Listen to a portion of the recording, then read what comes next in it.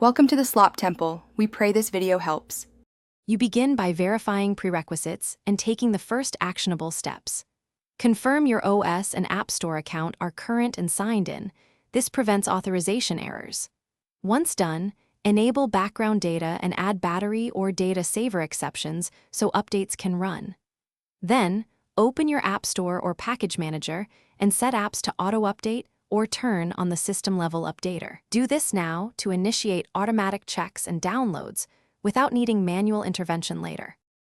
Continue by refining how updates behave so you avoid surprises. Pick Wi-Fi only or allow cellular with download size limits. This controls data costs. Once chosen, prioritize security and critical patches so they install sooner, and schedule installs during off-peak hours to reduce disruption. If you manage many devices, enable phased rollouts, beta channels, or staging to detect regressions early. These controls balance immediacy with stability and make sure updates don't interfere with your. Finish by validating the process and adding recovery measures.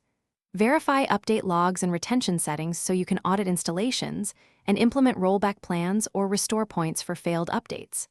Once done, automate notifications and simple health checks so you know when installs succeed or apps misbehave. If an update fails, first clear cache and temporary files, confirm sufficient storage, then retry the update. If problems persist, trigger the rollback. This last troubleshooting step prevents prolonged outages and keeps apps functioning. Thanks for watching. Consider subscribing if we helped you.